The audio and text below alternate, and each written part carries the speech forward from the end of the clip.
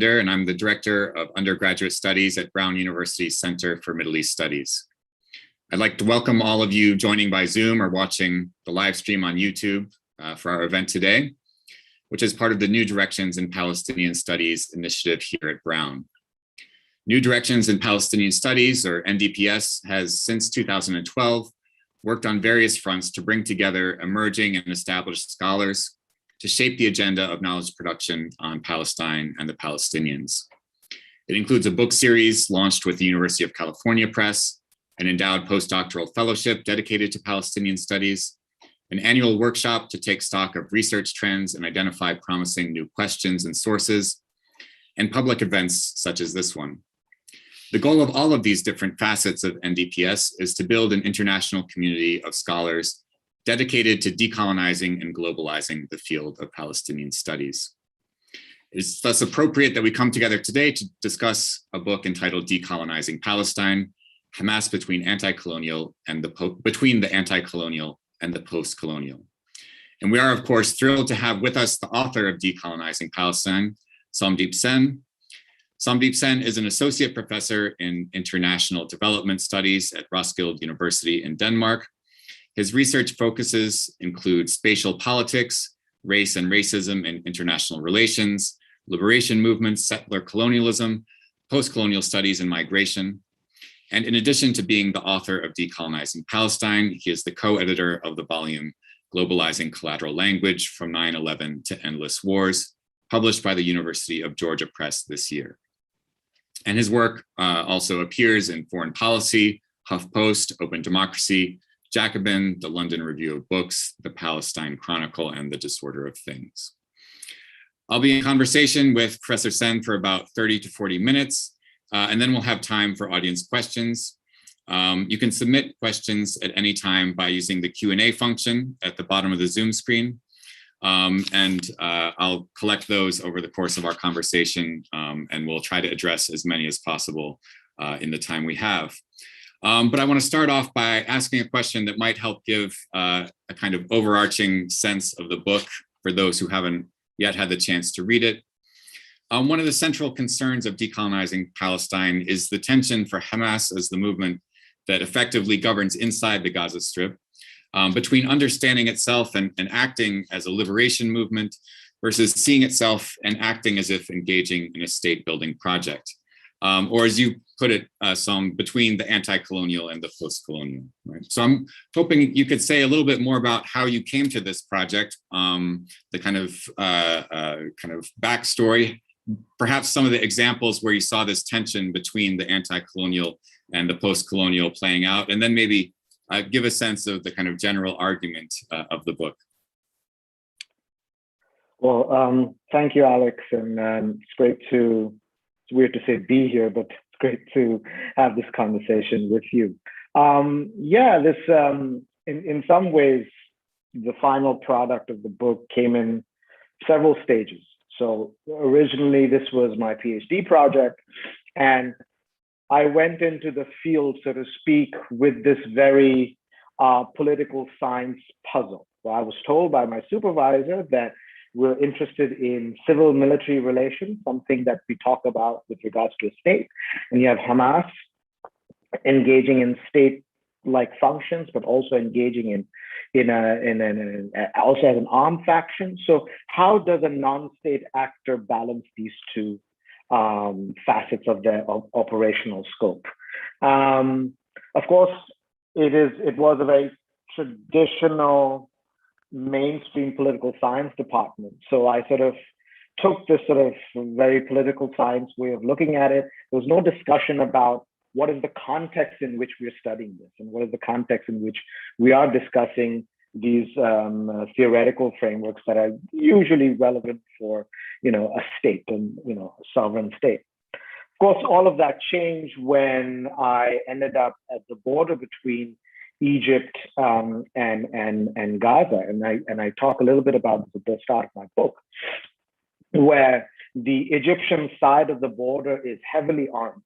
You have a tank, as I remember at the time, you had a tank that was pointed towards inward traffic. So the taxi drops you off, and you have the barrel of a tank sort of at you. You have soldiers who were, very angry, and basically Palestinian travelers were largely at the mercy of their whims. When they closed the door, they closed it, or they closed the gate, they closed it, and you really have to just wait in the middle of the desert. Once you go into the Egyptian, this is, mind you, from 2013, 2014, when you enter the Egyptian terminal, it's sort of the same scene where you have you have a PA system with one functional speaker. They're yelling out your name, and if you've been called in, they just sort of throw the passport at you. If you're lucky, they just throw the passport at you, and you go to the Palestinian terminal. If you're not, you get pulled aside. Right? So all of this on the Egyptian side really reminded you and forced me to, even though folks back at the department wouldn't be happy about it, who didn't even want me to do field work, I had to take into consideration this political context, and it was very clear. It's the sector of the colonized, as Fanon puts it, right? I mean, it's under siege, and it's very real to you. Except when you take the bus that takes you to the Palestinian side of the terminal, you sort of go under this sign that says, "Welcome to Palestine." And you have this passport control terminal where you had all these rituals of statecraft. And you had a passport control line where the passport control officer would ask you all the questions that are usually asked.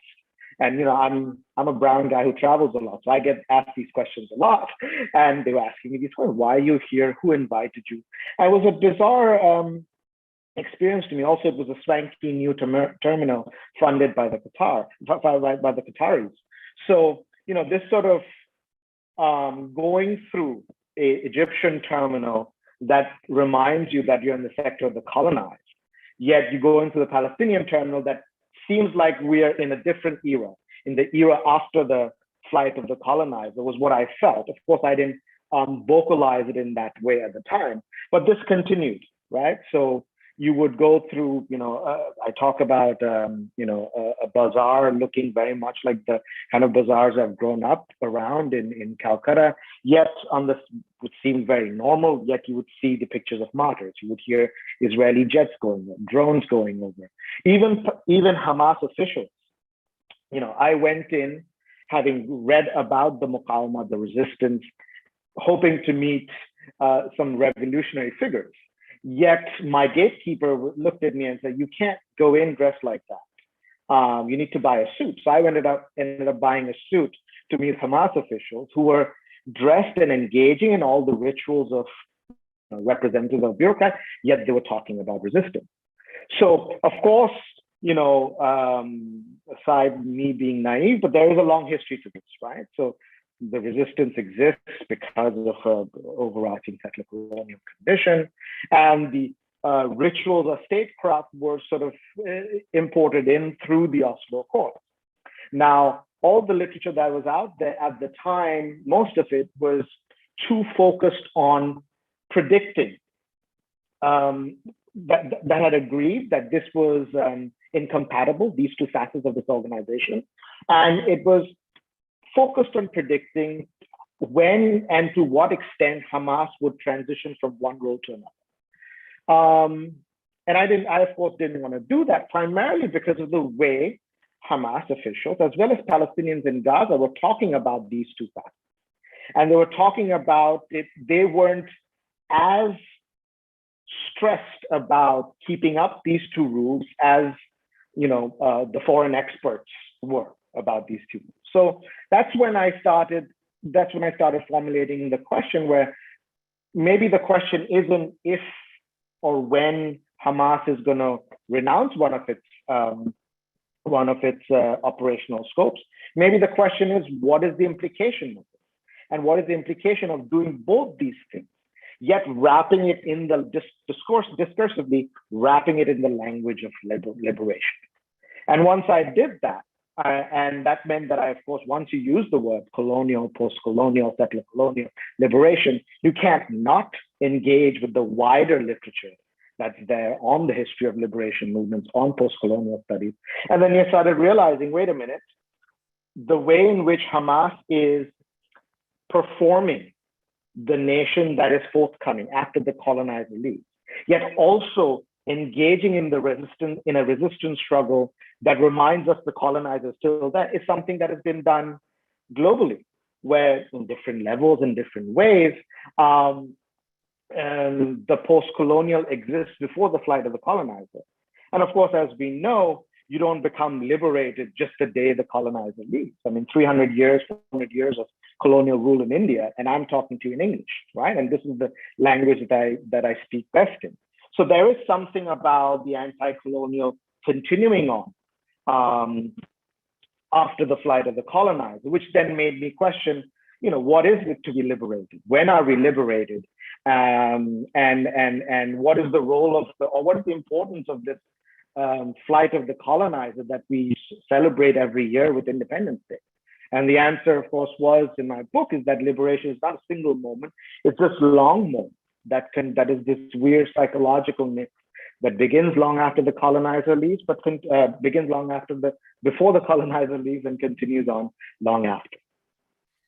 Excellent. And in a little bit, I'll ask you to kind of speak more about this kind of global context, but certainly there's also a kind of, you mentioned Oslo, and there's that kind of quite immediate comparison that comes to my mind between, what that tension between state building and liberation that Hamas is experiencing in Gaza, with the experience of the PLO in the 1990s and 2000s with the formation of the Palestinian Authority. So I was wondering if you saw any differences, or if there was any kind of comparison between the way Hamas understands or negotiates that tension compared to how the PLO or Fatah have negotiated, or to whatever extent they continue to negotiate that tension today in the West Bank, and whether kind of how you see those playing out differently if they play out differently.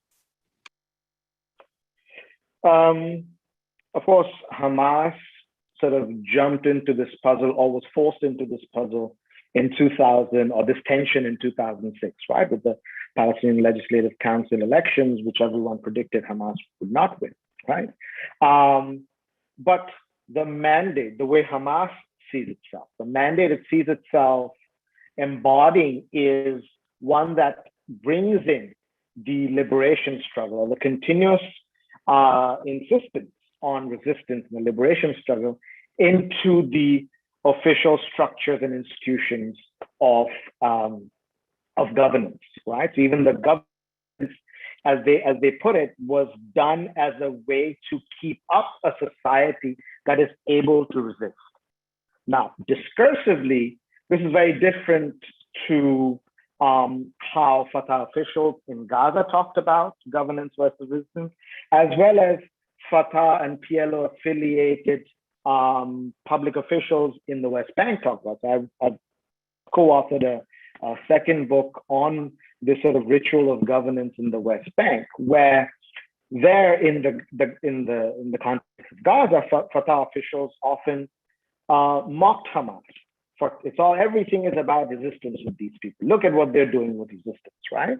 And they argue that there was an era of resistance, and whenever you talk to whether it was PA officials in the West Bank, or in the Gaza Strip, not PA officials but Fatah officials, they'd say that my history is that of a fighter. I was beside.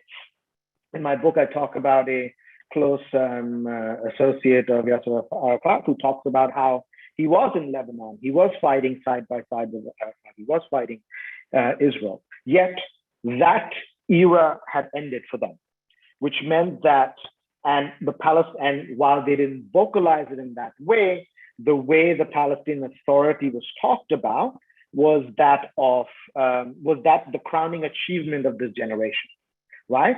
We used to wear fatigues before, now we wear a suit. That's the era that we're in now, and Hamas is engaging in some sort of anachronistic political action that doesn't make sense today.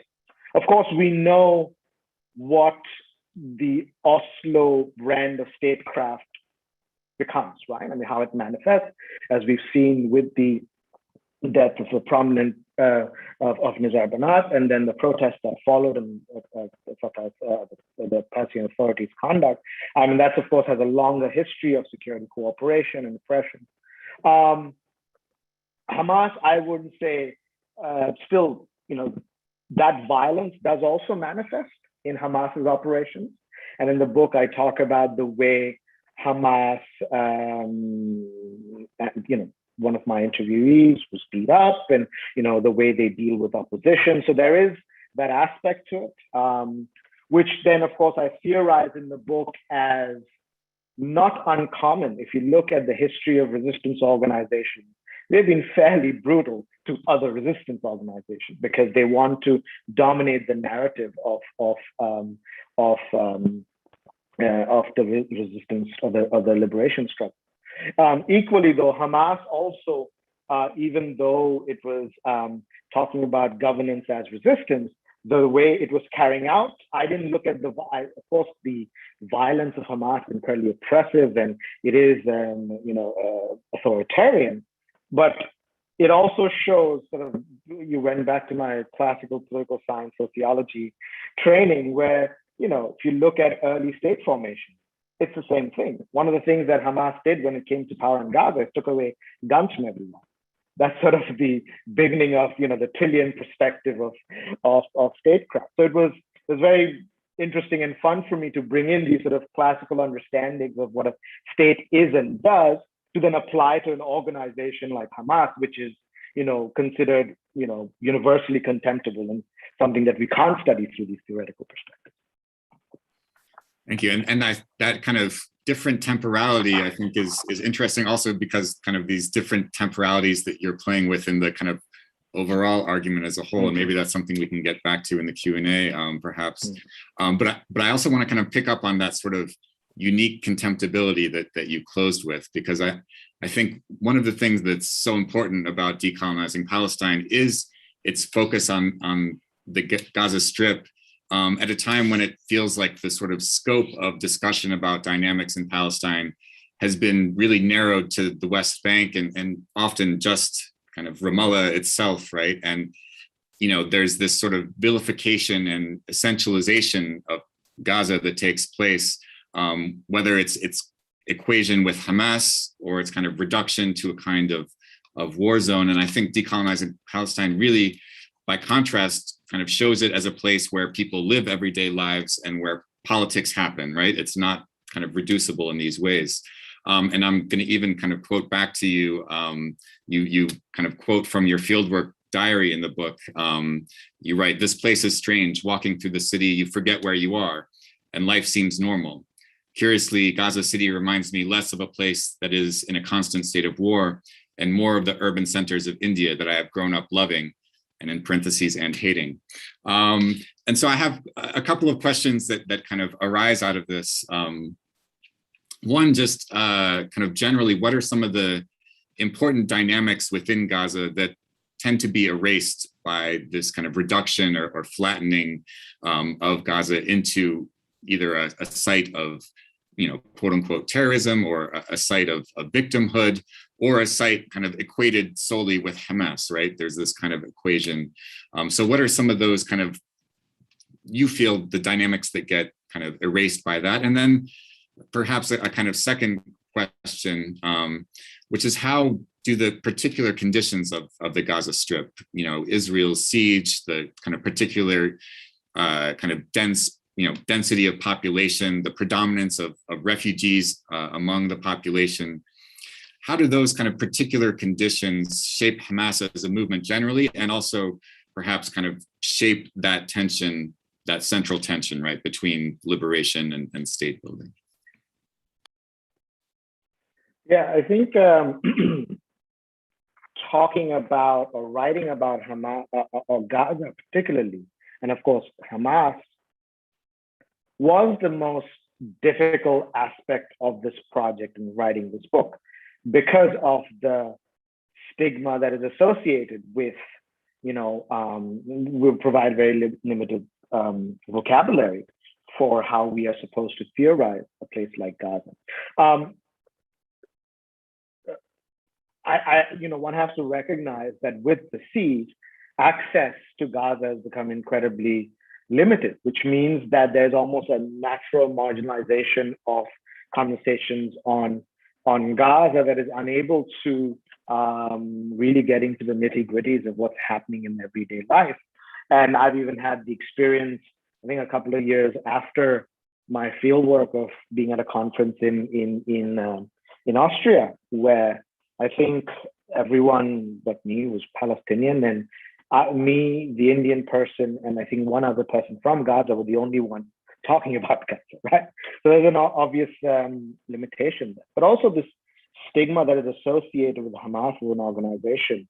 And I forget who wrote about this, but someone talked about, but Hamas, where you could have a normal, reasonable conversation about Israel-Palestine, yet, when you say but Hamas, you sort of go into the realm of exceptional. And I personally experienced that, doing interviews in Tel Aviv and Jerusalem. I think I quote one of my interviewees who, claims to be liberal. And, at that time it was, what they were calling the knife intifada, scissor intifada in Jerusalem.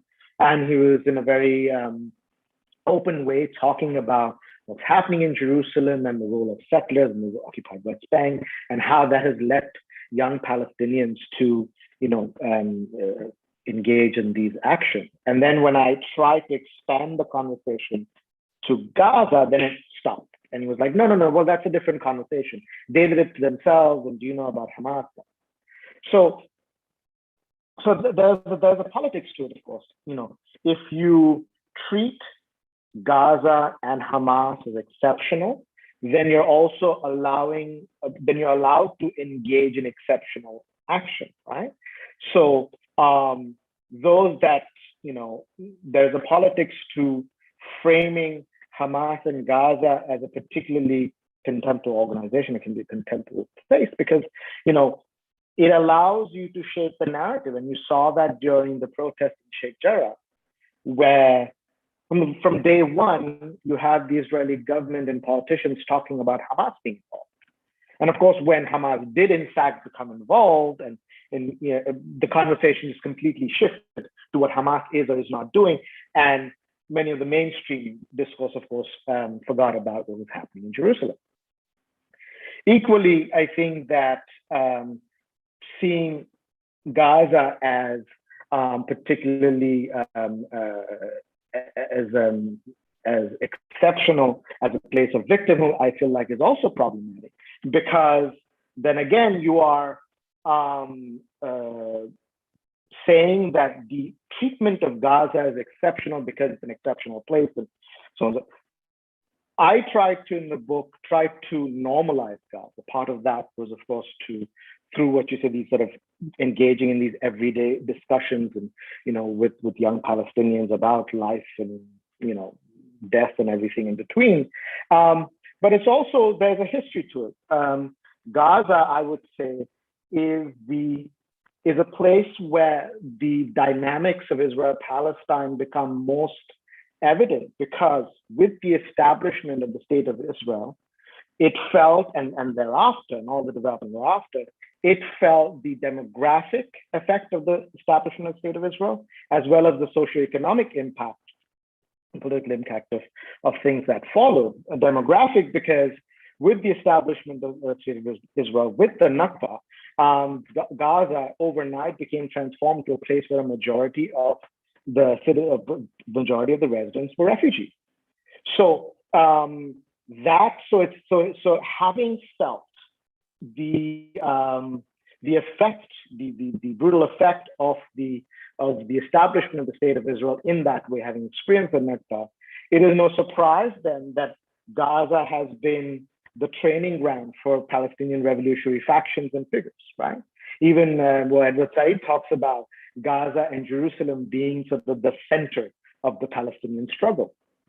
So it's a place that gives rise to resistance organization. It's a place that gives rise to intifadas. It's a place where you see the Great March, right? So in that sense, what Gaza is very much normal in its conduct, in its indomitability in terms of an anti-colonial struggle.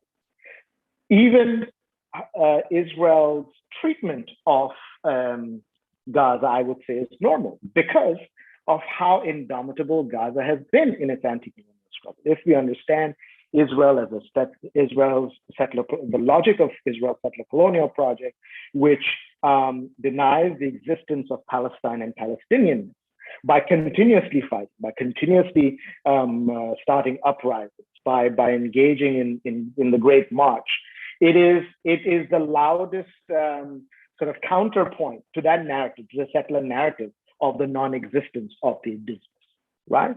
So of course, so it's not surprising that Israel has been, the nature of Israel's campaign. We've also had several quotes of, Israeli military officials, politicians having deep hatred for Gaza. But by normalizing Hamas, or by normalizing Gaza and talking about it, in sort of normal terminology of liberation, post-colonial studies, then opens it up, right? Allows us to draw on theoretical perspective, engaging in methodological approaches that don't have to stick to those old tropes of terrorism, political Islamism. Of course, doing field work, that was my push to break out of that narrative. I was asked to do desk work, and I was told that if I go to Gaza, if something happens, the department is not responsible, which isn't true, by the way. I called the insurance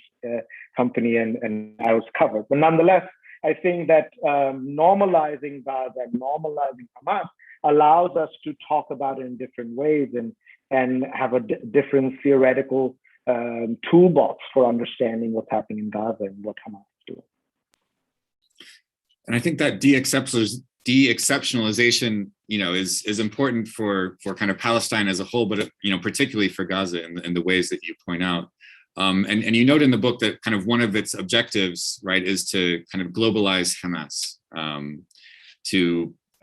Again, to quote you back to yourself, if you don't mind, to explicate its politics in terms of the global experience of anti-colonial struggles, post-colonial states, and conceptions of being liberated and unliberated that go beyond the particularity of Palestine.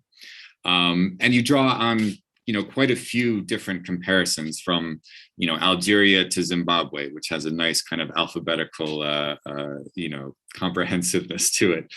So I'm kind of curious if you could say a bit more about which of those comparisons you found particularly generative for thinking about Hamas, and perhaps also how Hamas might help us understand other kind of liberation movements and post-colonial states, right? So thinking also of Palestine as a kind of a generative site for understanding, places beyond its borders. In the book, of course, it's the final product. So you say, a nice way, I want to globalize Hamas. But Palestine was introduced to me in a very global context, primarily because my undergraduate, so this is at the age of 18, I'm 36, so 18 years ago, my first supervisor as an undergraduate student at St. Lawrence University in upstate New York was John Collins, who wrote this book called Global Palestine, which came out a few years later. Nonetheless, my introduction to Palestine, I went to college to study physics and, what did I tell the visa officer? Physics and economics, because I said that was a good, to convince them I was going to come back to India afterwards. Nonetheless, so John was one of my, first supervisors, and he was a global studies professor, and he introduced Palestine in this sort of global context of, liberation movements, revolutionary struggles. So it was quite settled then. Of course, as the years went by, as we've seen in the last 10 years, there's so much work on sort of Palestine from a global perspective. People, especially with folks that are, writing very interesting stuff about, settler colonialism and looking at Palestine as one of these global sites of settler colonialism. And that, of course, helped me and encouraged me as I was working through this.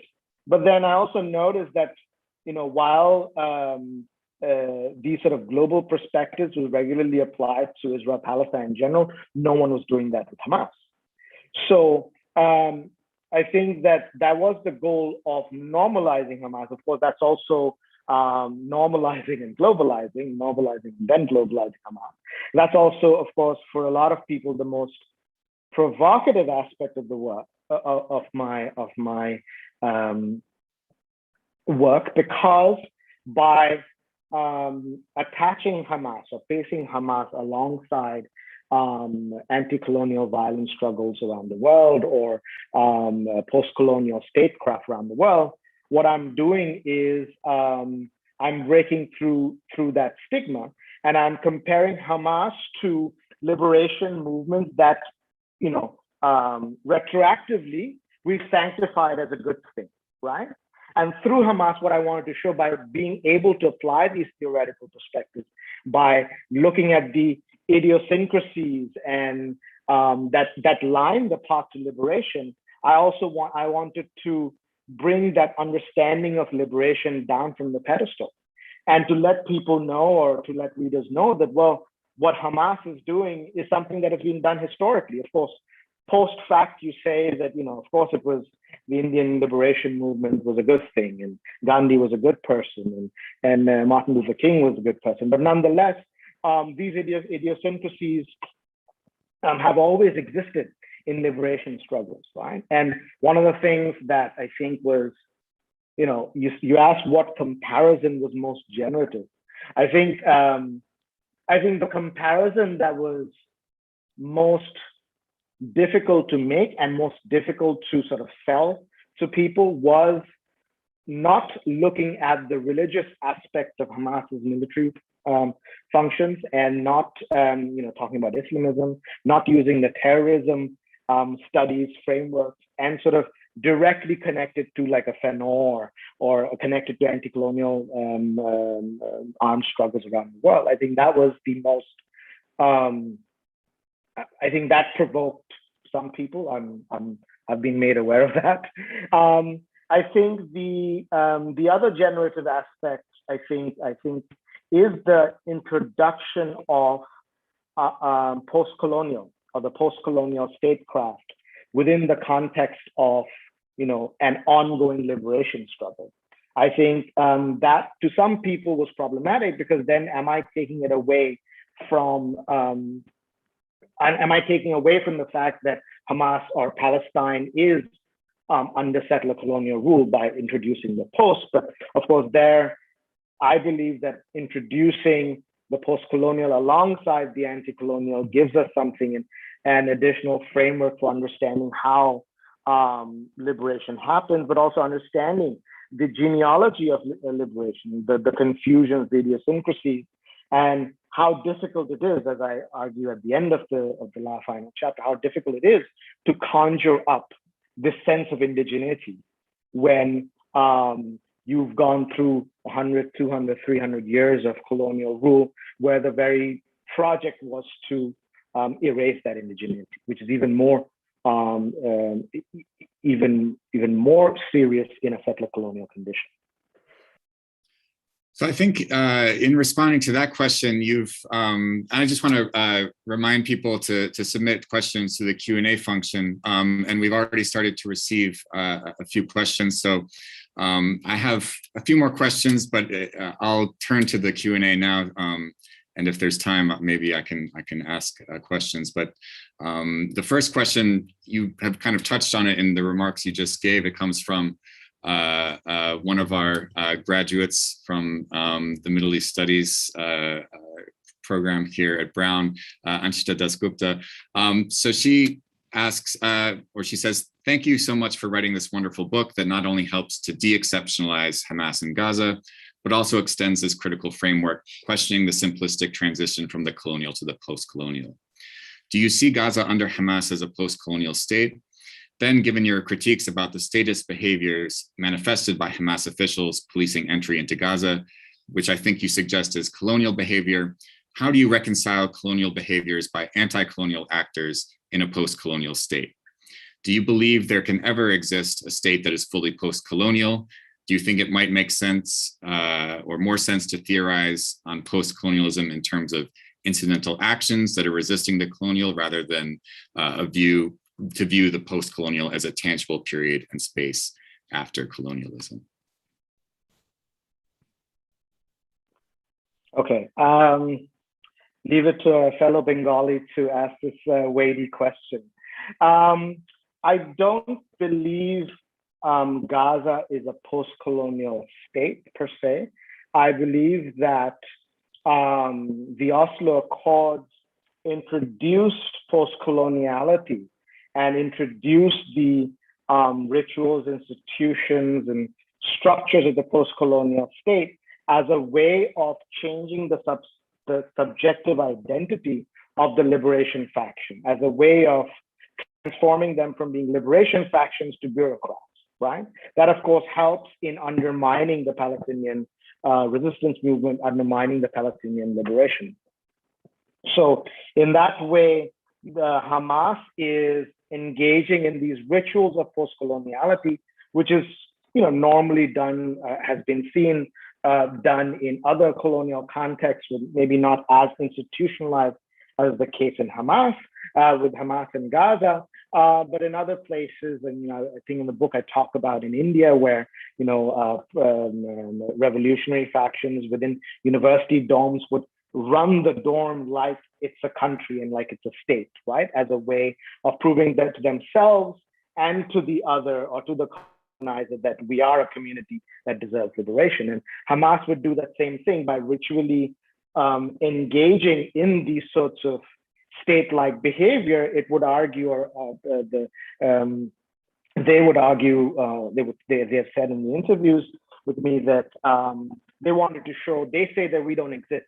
By engaging in these rituals, by, I had to sign out, or I had to register my journey out of Gaza, which is interesting because you go into the office and you have to register it. The Hamas officials have no control over it.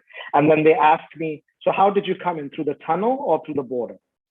Which, I mean, the formalizing the informality of it is it's something else. But it's a way of showing that they say we don't exist, but here we're showing that we exist. We are a people and we exist, right? Can there be a truly post-colonial state? I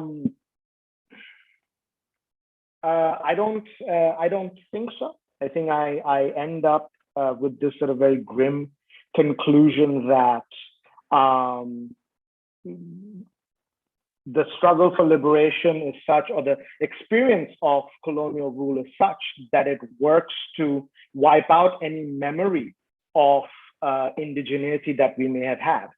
So there's no way, as the name suggests, post-colonial, colonial is going to be perpetually stuck with us, because we don't have, history.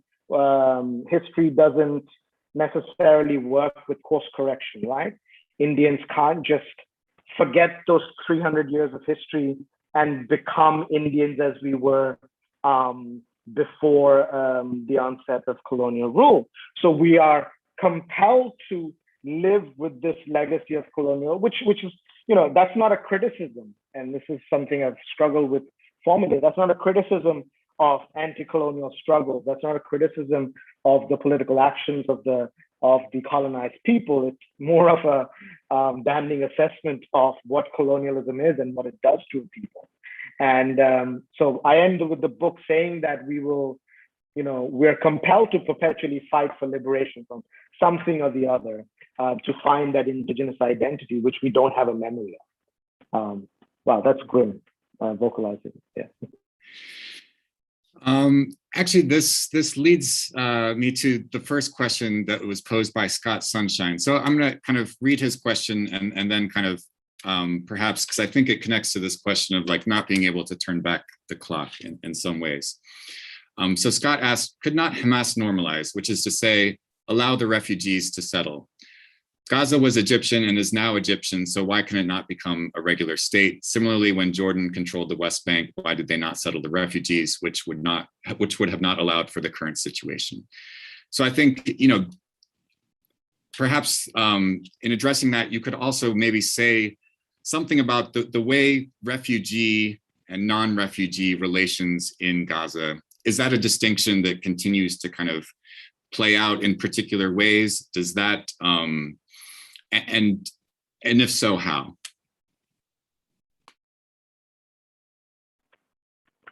I think that that wasn't the focus of my project, right? So I didn't demographically separate that. But and most of the people that I interviewed were of a refugee background, right? So so that mindset of the refugee and of the struggle to return back home was constantly there. Even folks who've never set foot the other on their old town in Jaffa would say things like, this is just temporary. One day I'm going to go back home.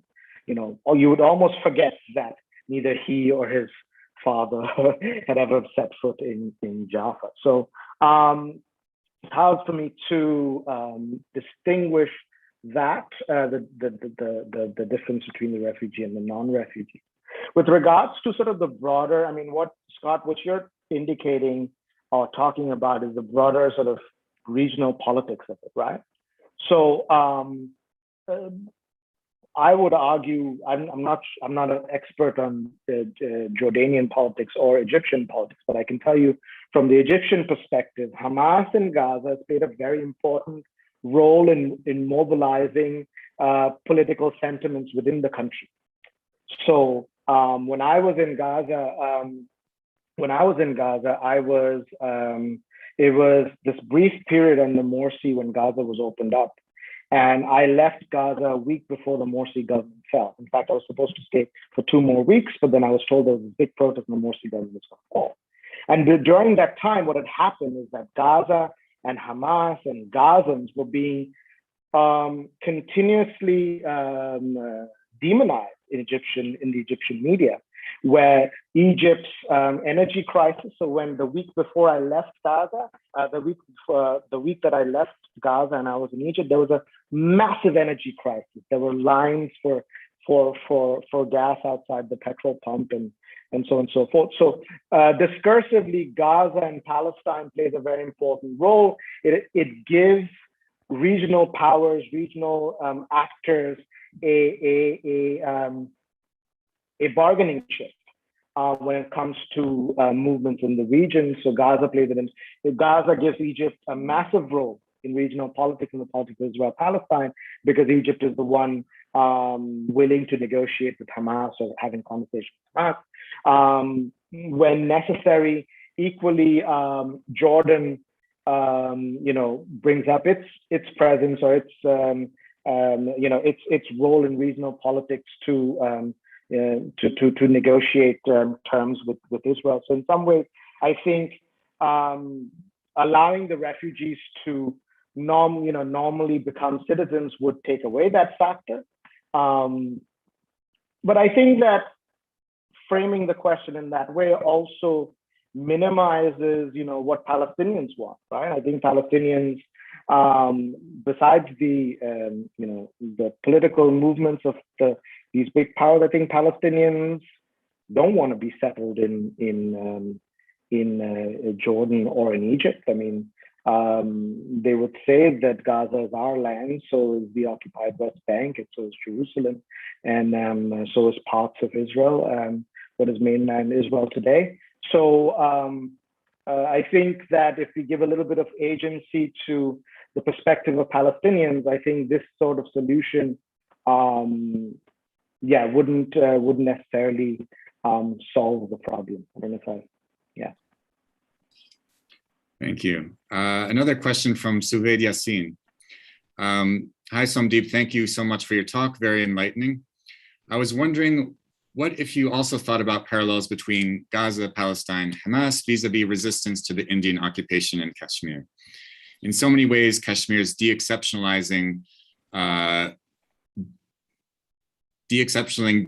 by India as a zone of conflict or as a zone of Islamic fundamentalism, instead of a genuine liberation movement for self-determination, is quite similar to the Israeli narrative around occupied Palestine, and more so recently in an imminent threat of settler colonial control post the events of August 2019 in Kashmir.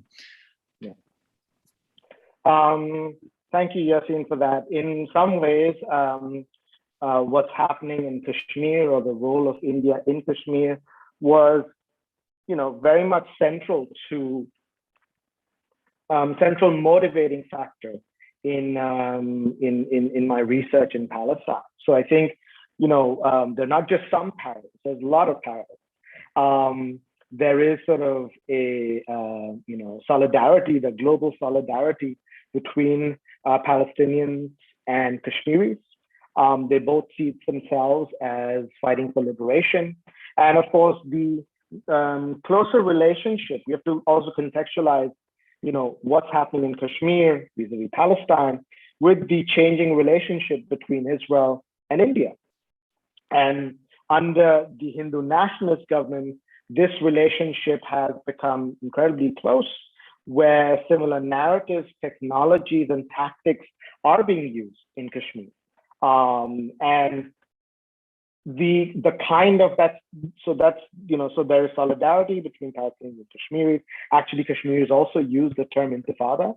And recently, earlier this year, I believe, Kashmiris were arrested for showing solidarity with Palestinians.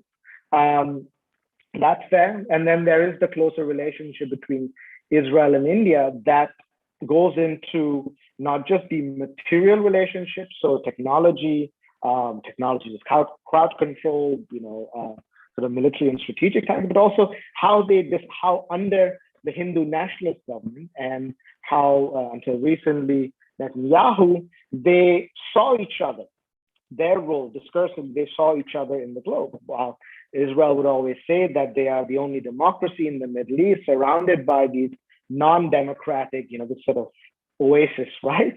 India would say the same thing, right? Where they would say that we are sort of the bastion of democracy and civilization, and forward thinking in this region. All these other countries, including Pakistan, are sort of, similar to these Middle Eastern countries, right? So there's a discursive sort of connection there as well. So yeah. Excellent, and please continue to put questions in the Q&A function. We still have about 10 minutes left, so I'll kind of pick up perhaps on some of the questions that I had, and I was struck again, kind of in the book, the emphasis on reading Palestine within the context of the global South. So I think some of these questions really kind of pick up on that, right? That the productivity of South-South connections, whether as sites of comparisons or as a route for kind of traveling theory. And in the final chapter on liberation, you talk a bit about traveling to Dar es Salaam in Tanzania, and about the different conditions of colonialism and the different kinds of hierarchies that exist there, and about your positionality as an Indian within those different kinds of histories and hierarchies. So I'm just maybe curious about how this perspective, this approach, these experiences have shaped your understanding of this idea of decolonizing, right? And I guess this gets back in some ways kind of to Amchita's question. And maybe are there, without kind of, asking you to kind of totally kind of change the rather sober assessment of the kind of prospects for decolonization, right? But are there ways in which kind of shifting our perspective about decolonization can also be a kind of an act that leads us more closely towards decolonizing? And in the sense of, I take it that kind of the title of your book is a sort of double entendre, right? That part of decolonizing Palestine is about taking it out, putting it in a framework that allows it to kind of be de-exceptionalized, putting it in this kind of broader framework, a kind of global South, global decolonization kind of framework. Is there kind of hope in that sense? Am I trying too hard to kind of pull something positive here? No, I don't think so. I think you are right. I think yeah, maybe I was in a bad mood and I just sort of concluded that there is no end to this, right?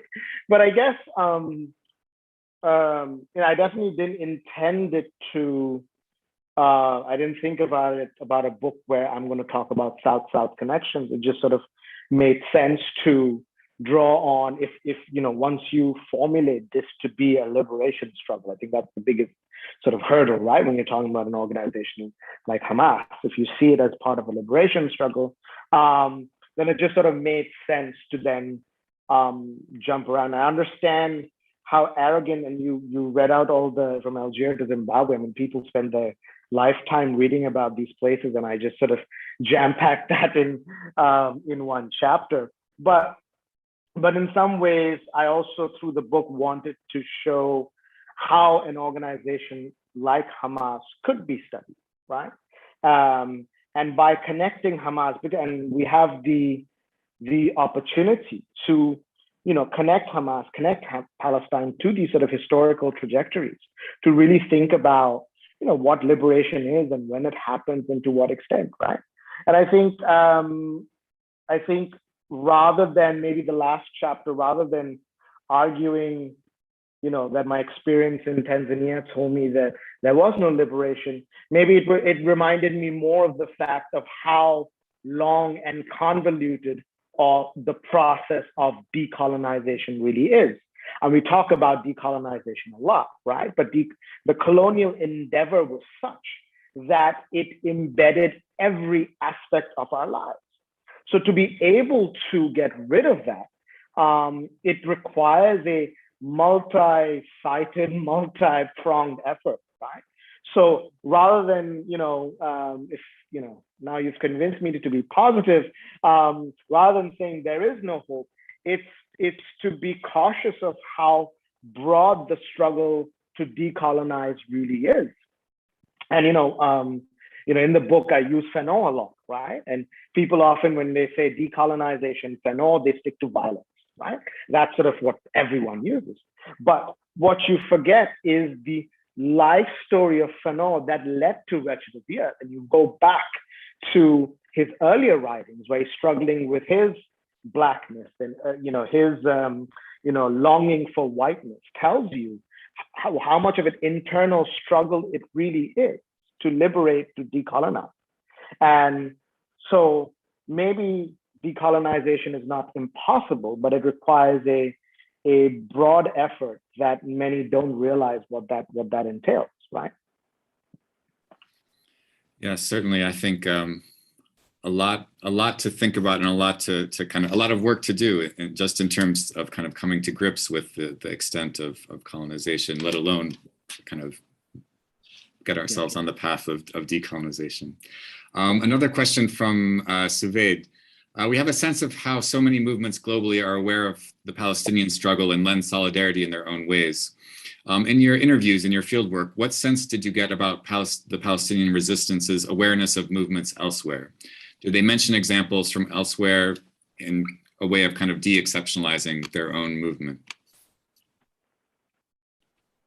Sure. I think there was, when people heard that I was from India, and going back to your previous question, Yassine, the automatic discussion was of Kashmir and how I looked at what's happening in Kashmir and India's relation to Israel. So yes, there's definitely an awareness. And I think that is, what has been great about the last 10 years of Palestine studies, right? You've had these young, very competent Palestinian scholars showing us the ways in which the Palestinian struggle is normalizing it, seeing connections globally, which has allowed the Palestinian flag to show up in Black Lives Matter movement. So, these sorts of, so I think that Palestinian scholars, Palestinian activists, Palestinian public intellectuals have engaged in a conscious struggle to break Palestine out of that exceptional scope and talk about, hey, you remember those liberation struggles, you remember the Gandhis and the Martin Luther Kings and Malcolm X's. I mean, we're in that same line. It's a different time, And but look, and we can theorize, what's happening in Palestine with using theoretical perspectives that we're used to understand settler colonialism in Australia or Canada or South Africa, right? So I think there is more, and there's a conscious effort to do this, constant effort to normalize what's happening.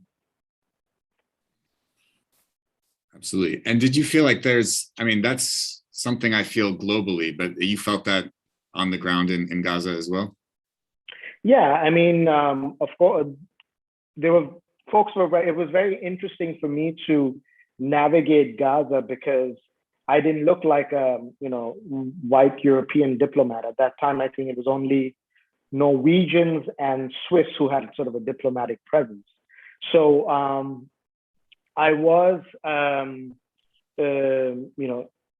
also being the color of my skin meant that I wasn't visibly a foreigner, but it also created this camaraderie with many young Palestinians my age who I still keep in touch with, and come to my wedding and all of that, where we talk about Palestine in a global landscape, where we talked about what happened in the Indian independence movement, what happened in Kashmir, what happened in Algeria, how Palestine. So we would engage in these very long discussions, their relationship with Israel, how Israeli products are flooding the market and have flooded the market in Gaza, and what that does to you, to use Israeli money, while you're engaging in this liberation struggle against Israel.